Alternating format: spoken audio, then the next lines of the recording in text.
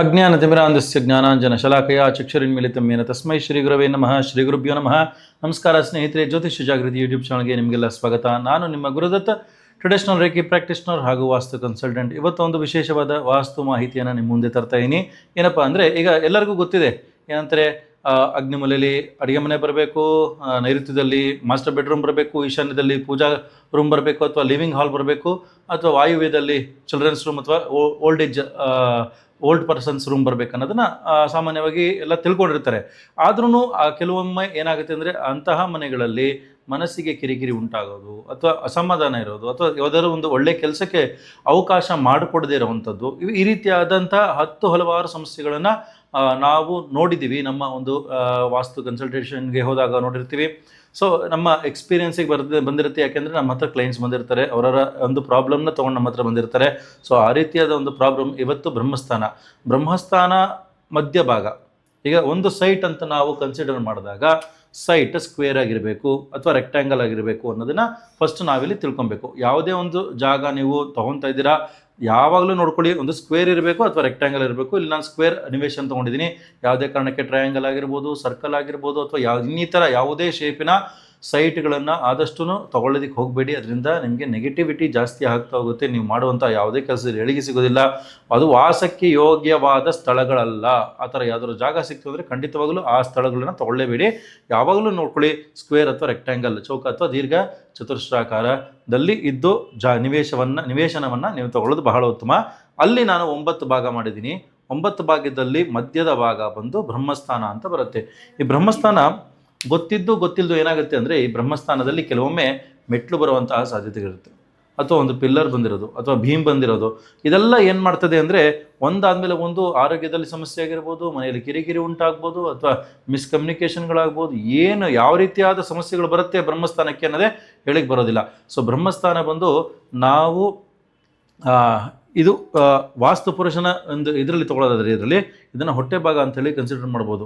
ಹೊಟ್ಟೆ ಭಾಗ ಅಂತ ಕನ್ಸಿಡರ್ ಮಾಡಿದಾಗ ಏನಾಗುತ್ತೆ ಅಂದರೆ, ಹೊಟ್ಟೆ ಭಾಗಕ್ಕೆ ಸಂಬಂಧಪಟ್ಟಂಥ ಸಮಸ್ಯೆಗಳು, ಆರೋಗ್ಯಕ್ಕೆ ಸಮಸ್ಯೆಗಳು ಮನೆಯ ಯಜಮಾನನಿಗೆ ಕಾಡುವಂತಹ ಸಾಧ್ಯತೆಗಳಿರ್ತವೆ.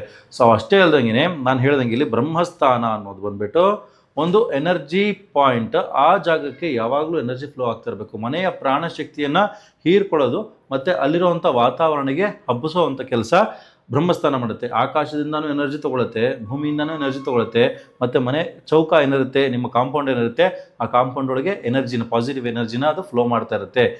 ಅಕಸ್ಮಾತ್ ಈ ಜಾಗದಲ್ಲಿ, ಈ ಬ್ರಹ್ಮಸ್ಥಾನ ಅನ್ನೋ ಜಾಗದಲ್ಲಿ ಏನಾದರೂ ಮೆಟ್ಲು ಬಂದಿದೆ, ಅಥವಾ ಪಿಲ್ಲರ್ ಬಂದಿದೆ, ಭೀಮ್ ಬಂದಿದೆ ಅಂದರೆ ಖಂಡಿತವಾಗಲೂ ಆಮೇಲೆ ಒಂದಲ್ಲ ಇನ್ನೊಂದು ರೀತಿಯಾದ ಸಮಸ್ಯೆಗಳಾಗುತ್ತೆ. ಅದು ಯಾವ್ಯಾವ ರೀತಿ ಸಮಸ್ಯೆ ಆಗ್ಬೋದು ಅಂತ ಹೇಳ್ತೀನಿ. ನಾವು ಸುಮ್ಮನೆ ಅನ್ಕೊಂಡ್ಬಿಡ್ತೀವಿ, ವಾಸ್ತು ಅಂದರೆ ಅಡುಗೆ ಮನೆ ಅಗ್ನಿಮೂಲೆಯಲ್ಲಿದೆಪ್ಪ ಕರೆಕ್ಟಾಗಿದೆ, ಬಾತ್ರೂಮ್ ಇದರಲ್ಲಿದೆಪ್ಪ ಸರಿಯಾಗಿದೆ, ಸೌತಲ್ಲಿ ಅಥವಾ ವೆಸ್ಟಲ್ಲಿದೆ ಕರೆಕ್ಟಾಗಿದೆ, ಅಥವಾ ಸ್ಟೇರ್ ಕೇಸ್ ಬಂದಿರೋದು ಕೂಡ ವೆಸ್ಟಲ್ಲಿದೆ ಕರೆಕ್ಟಾಗಿದೆ. ಆ ಸ್ಟೇರ್ ಕೇಸ್ ಕೂಡ ಇಲ್ಲಿ ವೆಸ್ಟ್ ಅಂತ ಕನ್ಸಿಡರ್ ಮಾಡಿಕೊಂಡಾಗ ಅಪ್ಪಿ ಏನಾದ್ರು ಸ್ವಲ್ಪ ಈ ಕಡೆ ತನಕ ಟಚ್ ಆಯಿತು, ಬ್ರಹ್ಮಸ್ಥಾನ ಎಫೆಕ್ಟ್ ಆಯಿತು, ಹಿಂಗೆ ಬಂತು ಸ್ಟೇರ್ ಕೇಸ್, ಹಿಂಗೆ ಸುತ್ಕೊಂಡು ಹೋಗೋದು, ಈ ಥರ ಏನಾದ್ರು ಬಂತು, ಅಕಸ್ಮಾತ್ ಏನಾದ್ರು ಸ್ಟೇರ್ ಕೇಸ್ ಬಂದರೂ ಅಲ್ಲಿ ತೂಕ ಬೀಳೋದು. ಬ್ರಹ್ಮಸ್ಥಾನದಲ್ಲಿ ತೂಕನೇ ಬರೋಹಾಗಿಲ್ಲ. ಸೊ ಹಾಗಾಗಿ ಇಲ್ಲಿ ತೂಕ ಬಂತು ಅಂತ ಕನ್ಸಿಡರ್ ಮಾಡಿಕೊಂಡು ಬ್ರಹ್ಮಸ್ಥಾನಕ್ಕೆ ಎಫೆಕ್ಟ್ ಆಗುತ್ತೆ ನೇರವಾಗಿ. ಸೊ ಹಾಗಾಗಿ ಬ್ರಹ್ಮಸ್ಥಾನ ಆದಷ್ಟು ಖಾಲಿ ಇಡಬೇಕು.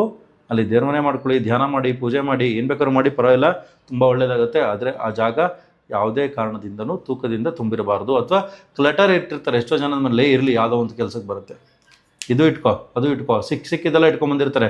ಸೊ ಆ ರೀತಿಯಾದ ವಸ್ತುಗಳನ್ನು ಈ ಬ್ರಹ್ಮಸ್ಥಾನದಲ್ಲಿ, ಅಥವಾ ಬ್ರಹ್ಮಸ್ಥಾನದಲ್ಲಿ ಮೇಲ್ಗಡೆ ಸಜ್ಜ ಏನಾರುತ್ತೆ ಅಂದರೆ ಸಜ್ಜದಲ್ಲಿ ತುಂಬಿಸುವಂತಹ ಕೆಲಸಗಳನ್ನು ಮಾಡಿರ್ತಾರೆ.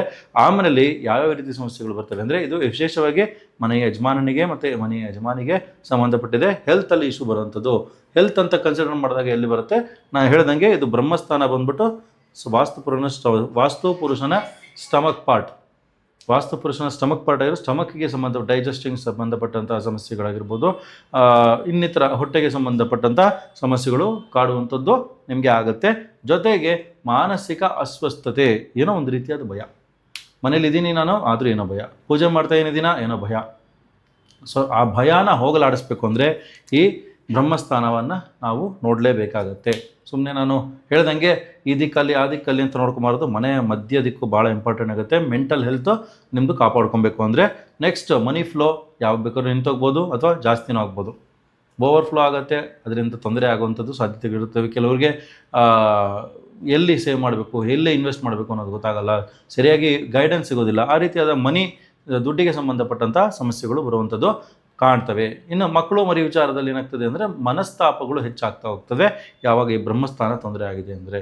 ಸೊ ಯಾವ ರೀತಿ ಸಮಸ್ಯೆ, ನೀವು ಒಂದು ಹೇಳಿದ್ರೆ ಮಕ್ಕಳು 4 ರೀತಿ ಅರ್ಥ ಮಾಡ್ಕೊತಾರೆ, ನಿಮ್ಮ ಜೊತೆ ಮಾತು ಬಿಡುವಂಥದ್ದಾಗುತ್ತೆ. ಸೊ ಹಲವಾರು ಈ ರೀತಿಯಾದ ಸಮಸ್ಯೆಗಳು ಉಂಟಾಗ್ತವೆ. ನೀವು ಈ ಅಪ್ಪಿತಪ್ಪಿ ಏನಾರು ಈ ಬ್ರಹ್ಮಸ್ಥಾನದಲ್ಲಿ ಏನಾರು ನೀವು ದೇವ್ರ ಮನೆಯನ್ನು ಸ್ಥಾಪನೆ ಮಾಡಿದ್ದು, ಬ್ರಹ್ಮಸ್ಥಾನಕ್ಕೆ ಸರಿಯಾದ ಎನರ್ಜಿ ಬರ್ತಾ ಇಲ್ಲ ಅಂತ ಹೇಳಿದರೆ, ಅಂದರೆ ಸ್ವಲ್ಪ ದೇವ್ರ ಮನೆ ಸ್ವಲ್ಪ ಮೆಟ್ಲು ಎರಡೂ ಮಿಕ್ಸ್ ಆಗೋಗಿದೆ, ಇಲ್ಲ ಅರ್ಧ ದೇವ್ರ ಮನೆ ಅರ್ಧ ಮೆಟ್ಲು ಮಿಕ್ಸ್ ಆಗಿಬಿಟ್ಟಿದೆ. ಬ್ರಹ್ಮಸ್ಥಾನ ಅಂತ ನಾನು ಇಲ್ಲಿ ದೇವ್ರ ಮನೆ ಮಾಡ್ಕೊಂಡು ಈ ಕಡೆ ಮೆಟ್ಲು ಹಾಕ್ಬಿಟ್ರೆ ಬ್ರಹ್ಮಸ್ಥಾನಕ್ಕೆ ಬಂತದ್ದು. ಸೊ ಈ ರೀತಿ ಮಾಡ್ಕೊಂಡಾಗಲೂ ಮಕ್ಕಳ ಜೊತೆ ಆಗಲಿ, ಮನೆಯವರು ಯಾರೇ ಜೊತೆ ಆಗಲಿ, ವಿಶೇಷವಾಗಿ ಮಾತುಕತೆಯಲ್ಲಿ ಮಿಸ್ಕಮ್ಯುನಿಕೇಷನ್ ಆಗುವಂತಹ ಸಾಧ್ಯತೆಗಳು ಜಾಸ್ತಿ ಇರ್ತವೆ. ಮತ್ತು ಈ ಮನೆಗೆ ನಾನು ಹೇಳ್ದಂಗೆ ಆಕಾಶದಿಂದನೂ ಎನರ್ಜಿ ಬರಬೇಕು, ಭೂಮಿಯಿಂದನೂ ಎನರ್ಜಿ ಬರಬೇಕು. ಅದು ನಮ್ಮ ಮನೆಯ ಕಾಂಪೌಂಡ್ ಅಥವಾ ನಮ್ಮ ಮನೆಯ ಚೌಕಟ್ಟಿನೊಳಗೆ ಅದು ಸ್ಪ್ರೆಡ್ ಆಗ್ತಾ ಹೋಗಬೇಕು. ಯಾವಾಗ ಅದು ಸ್ಪ್ರೆಡ್ ಆಗಲಿಲ್ಲ ಅಂದರೆ ಮನೇಲಿ ಒಬ್ಬರಲ್ಲ ಇನ್ನೊಬ್ಬರು ಖಂಡಿತವಾಗಲೂ ಆರೋಗ್ಯದಲ್ಲಿ ಸಮಸ್ಯೆಯನ್ನು ಕಾಣುವಂಥ ಸಾಧ್ಯತೆಗಳಿರ್ತವೆ. ಸೊ ಹಾಗಾಗಿ ಈ ಬ್ರಹ್ಮಸ್ಥಾನವನ್ನು ನೀವು ನೋಡಿ, ಅಕಸ್ಮಾತ್ ಏನಾದ್ರು ನೀವು ಅಪಾರ್ಟ್ಮೆಂಟ್ ತೊಗೊಳ್ತಾ ಇದ್ದೀರಾ ಅಂದರೆ ಅಪಾರ್ಟ್ಮೆಂಟ್ಗಳಲ್ಲಿ ನೋಡಿ, ಹೆಚ್ಚು ಅಪಾರ್ಟ್ಮೆಂಟ್ಗಳಲ್ಲಿ ಮಧ್ಯಭಾಗಕ್ಕೆ ಲಿಫ್ಟು ಸ್ಟೇರ್ಕೇಸ್ ಹಾಕಿರ್ತಾರೆ. ನೀವು ಬೇಕಾದ್ರೆ ಚೆಕ್ ಮಾಡಿ ನೋಡಿ. ಹೇಳೋದು ನಾನು ಎಷ್ಟೋ ಕಡೆ ಹೋಗಿದ್ದೀನಿ, ಮಧ್ಯಭಾಗಕ್ಕೆ ಕರೆಕ್ಟಾಗಿ ಆ ಸೈಟ್ ಮಧ್ಯಭಾಗ ಕರೆಕ್ಟಾಗಿ ಬ್ರಹ್ಮಸ್ಥಾನ ಬರುತ್ತೆ, ಬ್ರಹ್ಮಸ್ಥಾನದಲ್ಲಿ ಕರೆಕ್ಟಾಗಿ ಲಿಫ್ಟ್ ಮತ್ತು ಸ್ಟೇರ್ಕೇಸ್ ಇಟ್ಟಿರ್ತಾರೆ. ಖಂಡಿತವಾಗಲೂ ಅಂಥ ಅಪಾರ್ಟ್ಮೆಂಟ್ಗಳಲ್ಲಿ ಸ್ವಲ್ಪ ಏಳಿಗೆ ಆಗೋದು ಬಹಳ ಕಷ್ಟ ಆಗುತ್ತೆ. ಬಿಲ್ಡಿಂಗ್ ಕ್ರ್ಯಾಕ್ಸ್ ಬೀಳೋದಾಗಿರ್ಬೋದು, ಅಲ್ಲಿ ಹೋದರೆ ಕಿರಿಕಿರಿ ಉಂಟಾಗೋದು, ಅಥವಾ ಸಾಲ ಜಾಸ್ತಿ ಆಗೋದು, ಅಥವಾ ದುಡ್ಡು ಅನಾವಶ್ಯಕವಾಗಿ ಅನಾರೋಗ್ಯದಲ್ಲಿ ಖರ್ಚು ಮಾಡುವಂಥ ಸಾಧ್ಯತೆಗಳು, ಈ ರೀತಿಯಾದ ಹಲವಾರು ಸಮಸ್ಯೆಗಳಿರ್ತವೆ.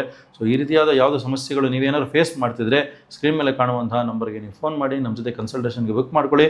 ಅದಕ್ಕೆ ಸೂಕ್ತವಾದ ಪರಿಹಾರಗಳನ್ನು ನಾವು ತಿಳಿಸ್ತೀವಿ ಅಂತ ಹೇಳ್ತೀವಿ. ಈ ವಿಡಿಯೋ ನಿಮಗೆ ಇಷ್ಟ ಆಗಿತ್ತು ಅಂದರೆ ವಿಡಿಯೋಗೊಂದು ಲೈಕ್ ಕೊಡಿ, ಹಾಗೆ ಈ ವಿಡಿಯೋನ ನಿಮ್ಮ ಫ್ರೆಂಡ್ಸಿಗೆ, ಫ್ಯಾಮಿಲಿಗೆ ಶೇರ್ ಮಾಡಿ ಅಂತ ಹೇಳ್ತೀನಿ. ಮತ್ತು ಕಮೆಂಟ್ ಮಾಡಿ ಓಂ ವಾಸ್ತು ಪುರುಷಾಯ ನಮಃ ಅಂತ ಹೇಳಿ ವಾಸ್ತು ದೇವರು ನಿಮಗೆಲ್ಲ ಆಶೀರ್ವಾದ ಮಾಡಲಿ ಅಂತ ಪ್ರಾರ್ಥನೆ ಮಾಡ್ತಾ ಮುಂದಿನ ವಿಡಿಯೋ ಹೊಸ ಕಂಟೆಂಟ್ ಒಳಗೆ ಬರ್ತೀನಿ. ಅಲ್ಲಿವರೆಗೂ ಆ ದೇವರು ನಿಮಗೆ ಸುಖ, ಶಾಂತಿ, ನೆಮ್ಮದಿ, ಆಯಸ್ಸು, ಆರೋಗ್ಯ ಕೊಟ್ಟು ಕಾಪಾಡಲಿ ಅಂತ ಪ್ರಾರ್ಥನೆ ಮಾಡ್ತೀನಿ. ಸರ್ವೇ ಜನ ಸುಖಿನೋ ಭವಂತು. ಹರೇ ರಾಮ.